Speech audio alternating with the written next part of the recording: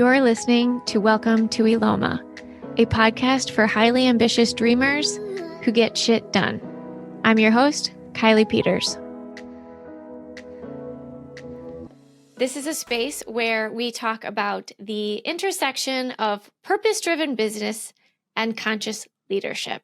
So the reality is, once you've experienced poor leadership, many, in my experience at least, many are keen to do their best to steer clear of that in the future. And they also do everything that they can to be a better, more positive leader in their own roles. And I think this is even more prevalent in businesses that identify as purpose-driven businesses. So I'm excited to speak to today's guest, Ana Maria Moreno. She is the CEO and founder of Copal, helping visionary entrepreneurs, leaders, and changemakers create businesses and lives they love. So we share a lot of similar approaches in the work that we do. And so I'm really excited to dive into this conversation. Welcome to Eloma, Ana. Thank you so much. I'm super excited to be here. When we first met, I agree we have a lot of similar approaches and interests. So I'm glad that you have this community and this space. And thank you for having me. I'm really excited. Yes, thank you for joining us. And I'll speak to that as well. You know, when we first met, just a couple of weeks ago, actually, I was like, wow, we both really have very similar approaches and thoughts in the work we do, but I think we come at it in slightly different angles. So tell us a little bit about your story and how you came to start Copal. Yeah, great. Basically, the way that Copal was born was through my own journey. Growing up, I always, and up until a few years ago, I always looked to external things for validation. I followed everything that society tells us are the best things to do and like what you need to do in order to be quote unquote successful. Mm-hmm. And that led me to do an Ivy League degree, an MBA from Oxford, get a executive role at a startup and at Uber, and then also launch my own company and sell my company, participate in accelerator programs, and basically do the things that as a society we're like that is success. Mm-hmm. But inside of me, I still felt like there was something missing, and that I had ticked enough boxes to know that every time I ticked a box, there was a part of me that was celebrated for a minute, but then was looking for something else. And so that's when I was like, that something needs to change. And what needs to change is really inside of me. And I can't keep looking for these things outside of myself because I already know how that works. And so I can continue, but that by definition is insanity. So I really chose to do the inner work. And through that, I realized and came to understand that my purpose in the world and in my life is to really help connect two seemingly disparate worlds, which is business, with a more conscious, mindful approach. And so after having that understanding, I really decided to leverage all of my skills in business, which had been accumulated and like had made me very successful.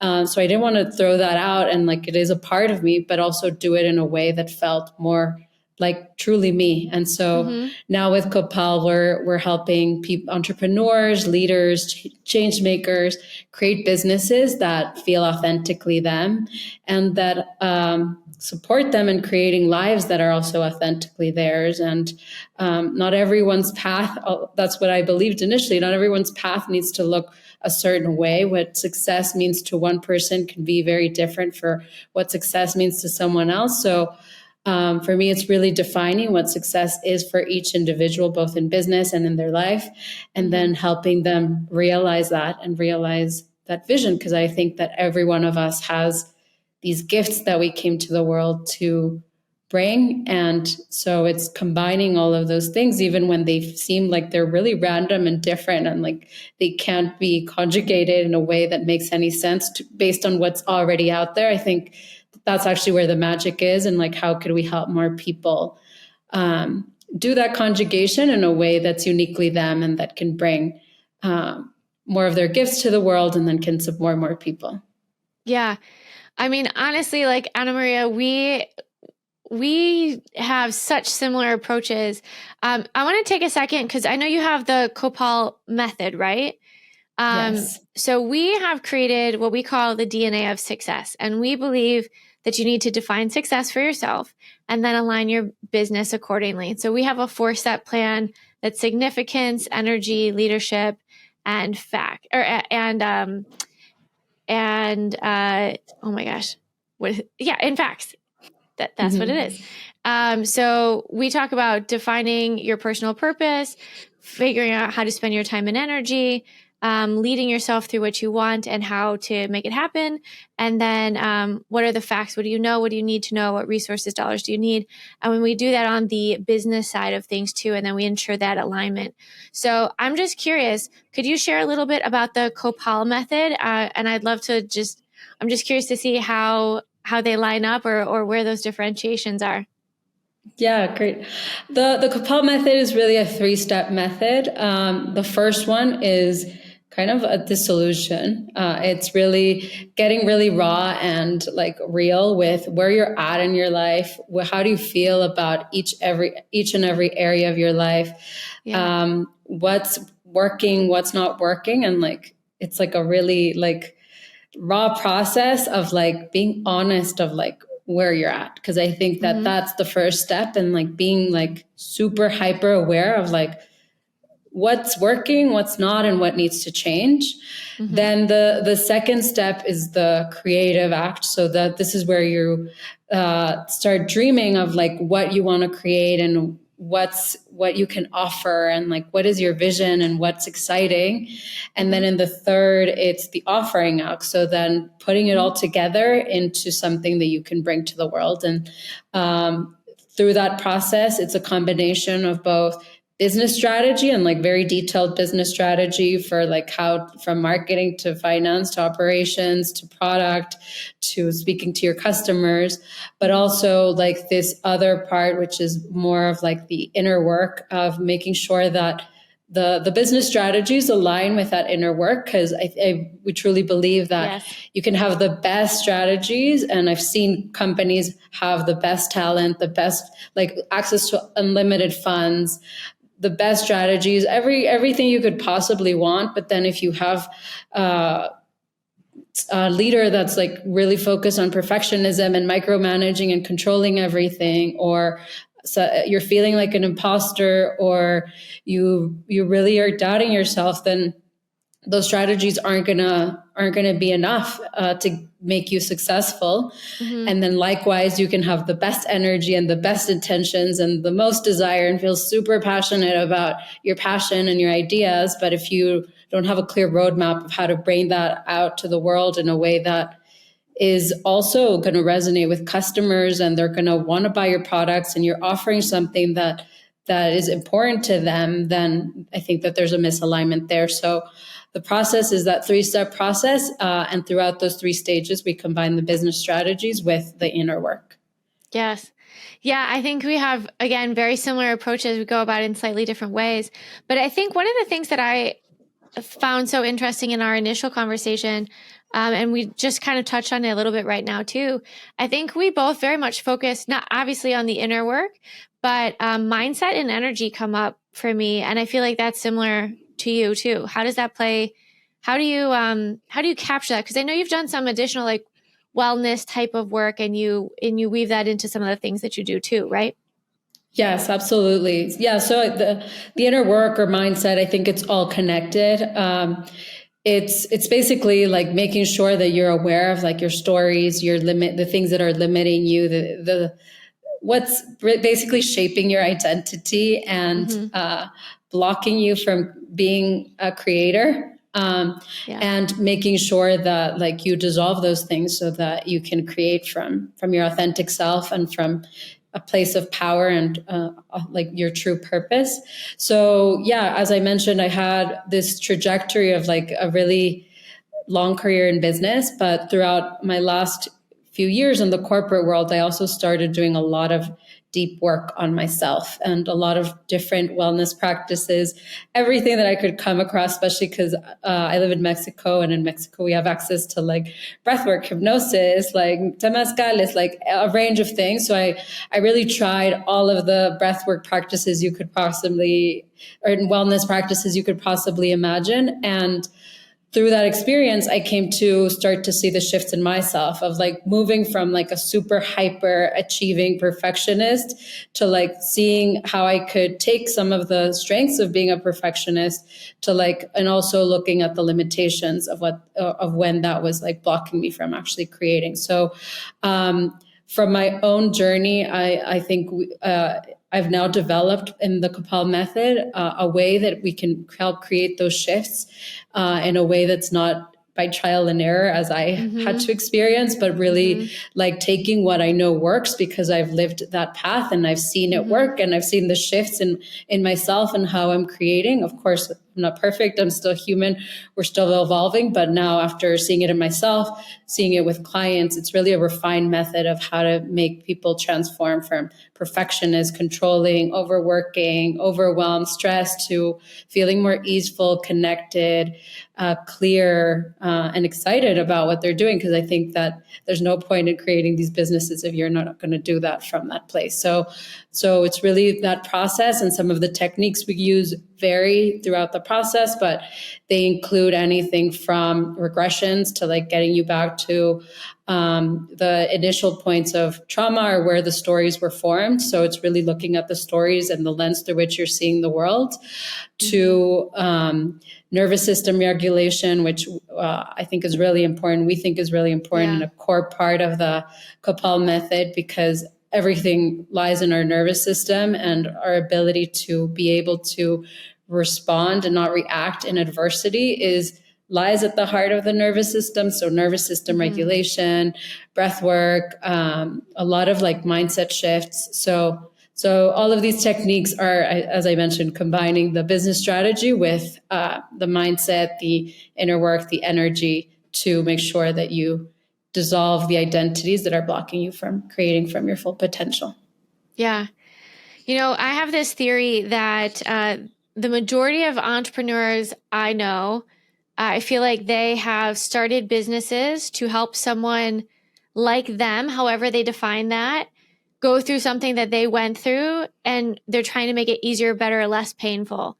And I feel like your story aligns with that as well. And I just think it's so interesting how I feel like it takes people some time to do this inner work and to get clear and figure out what we want next, and then to start taking action. So I'm curious, Ana, as you're building Copal, as you have had years in the corporate space, et cetera, I know you've got some interesting theories and ideas in terms of the future of business and leadership. So I'm just curious, what do you think is in store for us in terms of the future of business and leadership? Yeah, I think you touched on one type of entrepreneur, which I think is an entrepreneur that creates from a place of like they felt a challenge and now they want to impart their lessons on others and like share that to make their journey easier. I think that there's other types of entrepreneurs, somebody that sees a challenge for others and they want to like solve that challenge because that's really important, and maybe they haven't really lived that journey, but like it's something that they feel like is necessary to shift. Or somebody that like feels really connected to a product and like wants to like bring that product to life because they just know that that's something that needs to exist. And then the last one is somebody that's just innately talented in some way and like can create that. So I think that there's like 4 archetypes of entrepreneurs. And I think that not everyone fits into the box of like, I've lived their own thing. Cause I think that there's a risk in putting entrepreneurship in too many boxes. I think right now there's a box of entrepreneur as like the Silicon Valley archetype, which is like the one that has to like hustle and overdo. And then there's the other one where it's like, are you even an entrepreneur? Because you're doing your small business. But I think that we need to broaden the definition of entrepreneurship so that there's a bigger spectrum of what entrepreneurship looks like and less of an enclosing of like what are the limitations and when you're an entrepreneur, when you're not. Because like being 80% full-time mom and then doing your business on the side still makes you an entrepreneur. So I think Oh yeah, absolutely. part of what I see as the future of business and entrepreneurship is more people stepping into entrepreneurship with this broader definition of entrepreneurship. Mm-hmm. And then also having more conscious leaders. I think that we're already starting to see the limitations of having business models and like business strategies that are shaped based on hustle and burnout and not having like clear, like very conscious and mindful approaches to how we get to results. And so I think we're already starting to see that collapse. We're seeing it.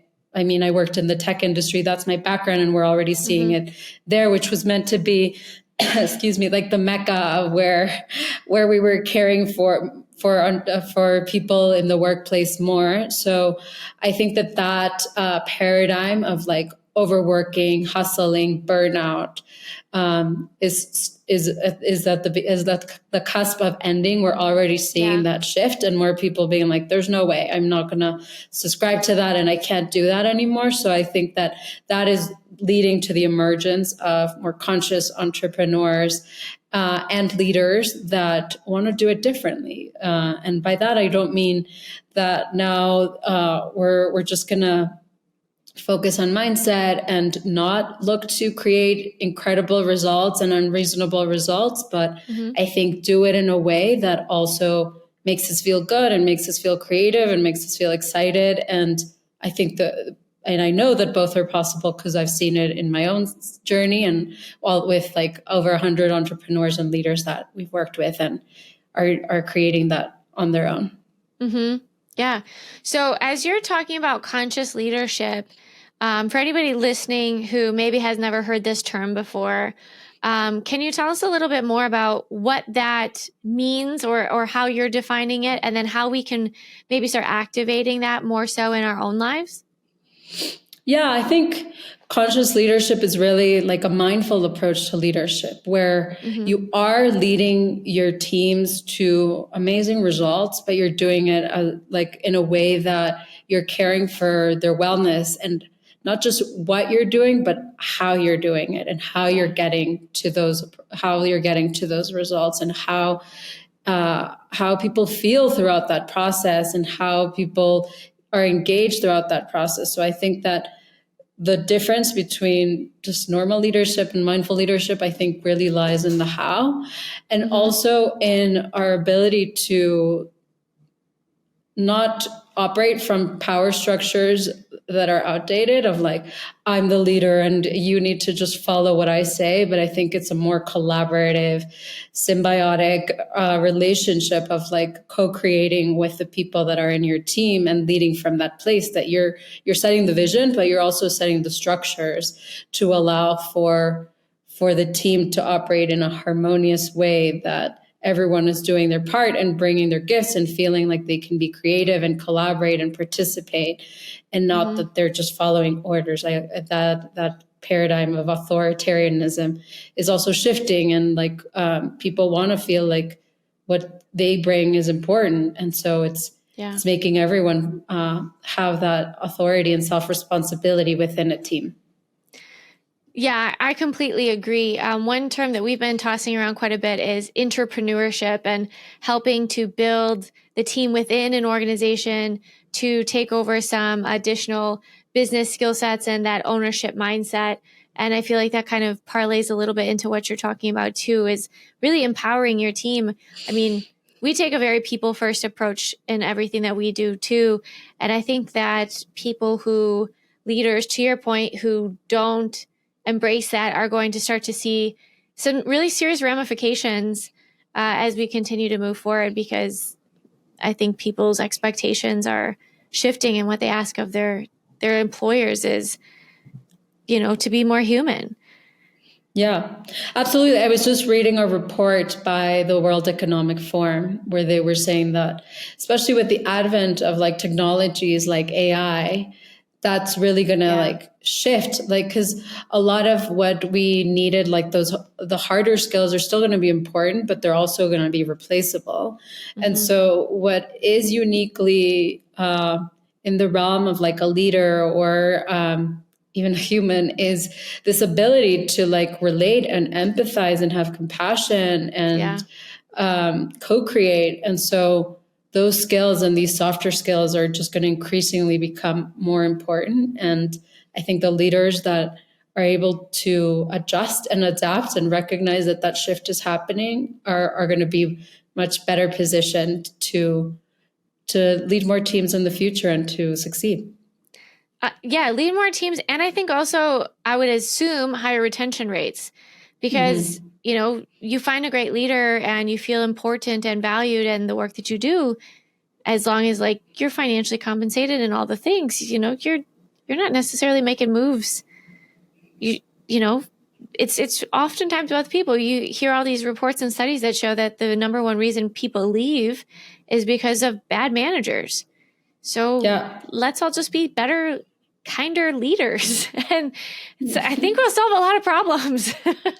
And that's one of the things why I'm so passionate about this, because I know that some people in the business world would see this as like, Ana Maria has lost her mind. Like she went from like being a hyper-achieving business person to like the opposite side of like woo-woo, and like there's no reconciliation there. But actually, like, being a conscious leader makes smart business sense. It's like probably one of the smartest business strategies that you could take right now, because we're not leading teams effectively and consciously. I was reading that we're losing $125 billion in lost productivity because of people feeling like they're burnt out and overstressed. And so instead of having people on your team like expending a lot of time and a lot of energy in trying to like connect and in trying to like get out of those states, they could be like creating amazing things for your company. So like it makes smart business sense. And as you said, retention rates or even attraction rates, more people will want to work in your company. So even if you think like all of these things are woo-woo or you haven't lived them, like even financially as a business owner, it makes a lot of sense. Yeah, absolutely. There's so many stats that back up everything that you're saying. Absolutely. One of the things that we had talked about previously in another conversation that I thought was really interesting, and I think it ties into what we're talking about here, is like looking at people as whole humans. And you touched on it a little bit in the beginning of this conversation, talking about, trauma that we may have experienced and healing the root of our stories.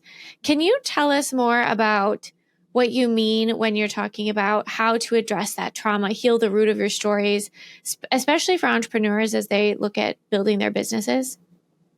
Of course. Yeah, I think one thing that is not talked about enough, or I think I wish was more discussed, is how important like the ages of 0 to 8 are, and how important they are in shaping our lens of the world and the way that we operate as humans in the world. So basically during these ages is when your mind is being structured and like your entire your wiring is being configured. And so there's like, not everyone experiences like big trauma with a big T, which is what we typically associate with trauma, which are really like hard experiences, huge things, but like everyone experiences some level of small T, which are like, even if your mom went out to get like a coffee and you felt like maybe she's not going to come back and you're going to get abandoned, like that is information that gets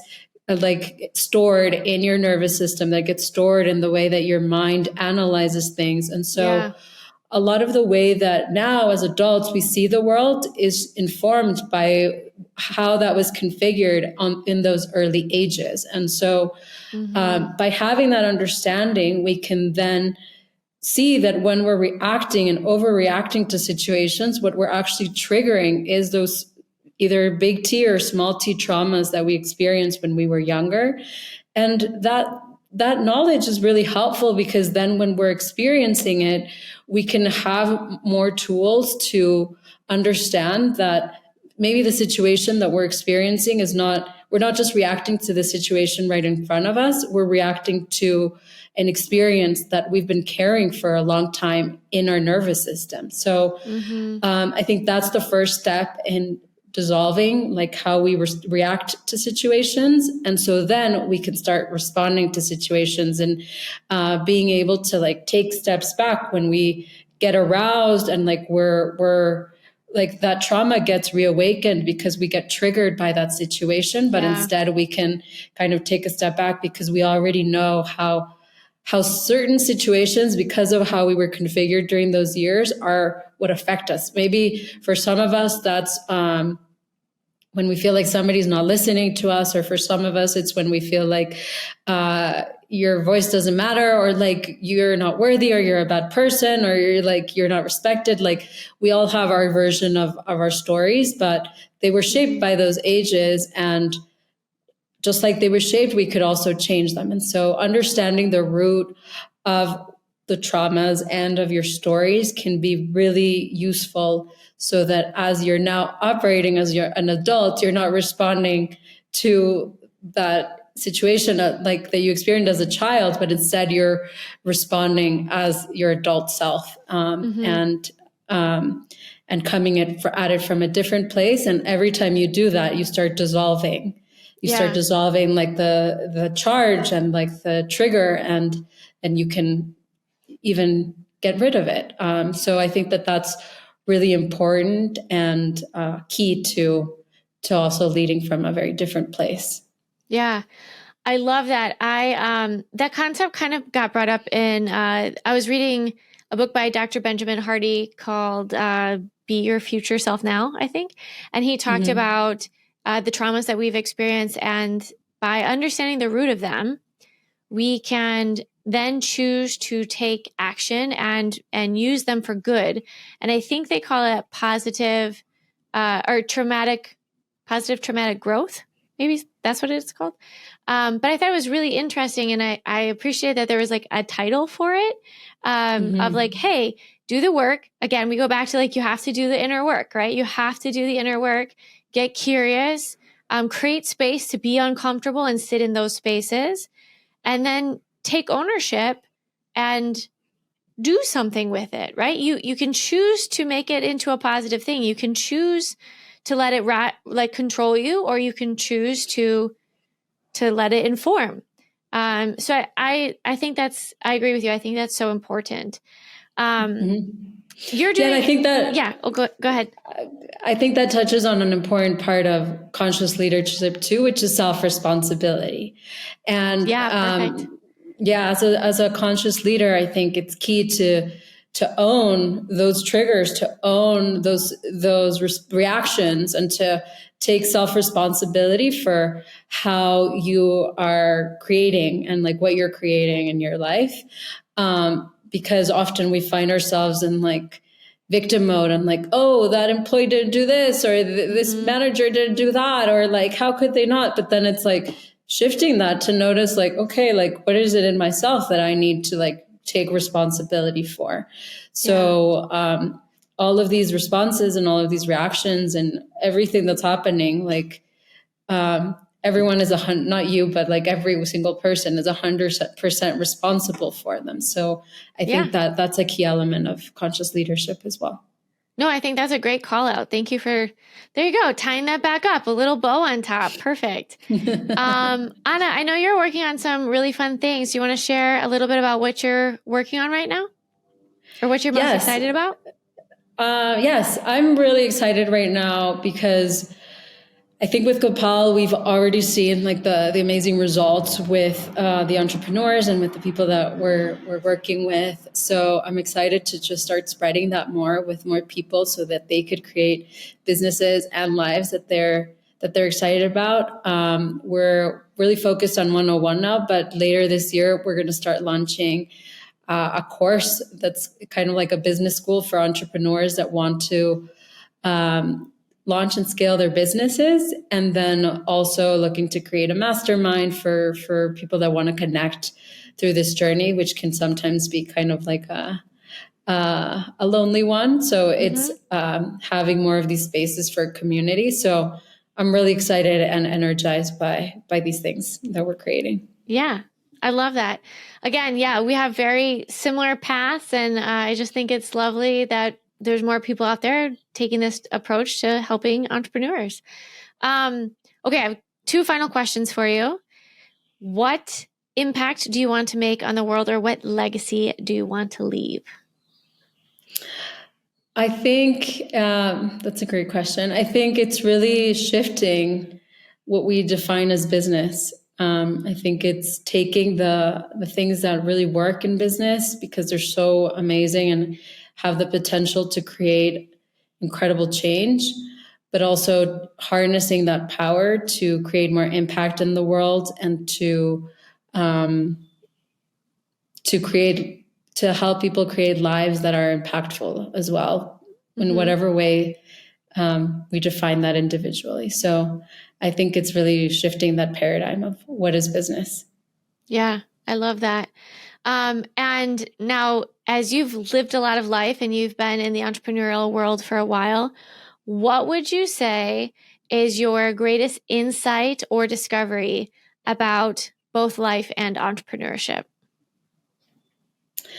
I think that the greatest insight is probably that they're mirrors to each other. We sometimes think like, oh, I'm going to go to therapy here and talk about my boyfriend, and then I'm going to go to my career, my corporate career, my company, and lead as an entrepreneur, and those challenges are totally different than what I have in my life, but they're all mirrors to each other. And when we can start to see the root and what's being created from a singular place and unifying all of that, I think that allows us to kind of make the shifts faster. So instead of compartmentalizing a person, it's really looking at ourselves more holistically and seeing how every single thing is actually connected. And